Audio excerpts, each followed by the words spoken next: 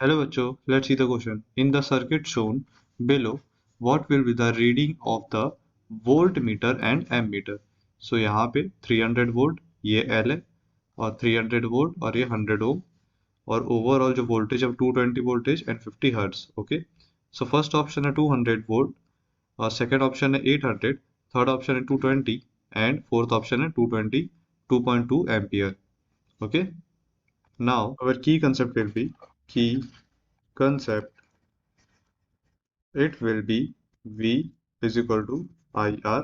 Okay, तो ये formula आगे यूज होगा. नाउ अब हम आते हैं अपने आंसर पर. Okay, so here there is a inductor, there is a capacitor and there is a resistor which is 100 ohm and there is a ammeter, and here the voltage will be given 300 volt 300 volt and there is a voltmeter. Okay, तो now हमें ये volt meter की reading बतानी है. Okay, और हमें current बताना है. तो मान लेते हैं हम यहाँ पे आई करंट फ्लो हो रहा है. सो ये आई करंट को हम यहाँ पे रेफरेंस ले लेते हैं. ओके, सो अगर हम वोल्टेज का इक्वेशन देखते हैं तो ये हो जाएगा V is equal to V R plus J V L minus V C. Okay, तो ये हमारा इक्वेशन हो जाएगा.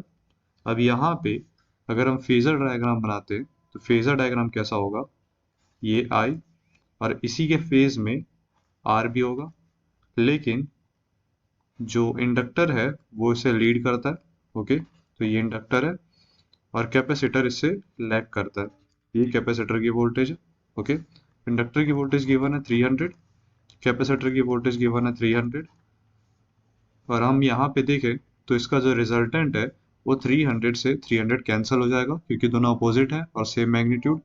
तो इसका जो वोल्टेज का जो मैग्नीट्यूड है वो हो जाएगा आर के बराबर, वी आर के बराबर, वी आर के बराबर.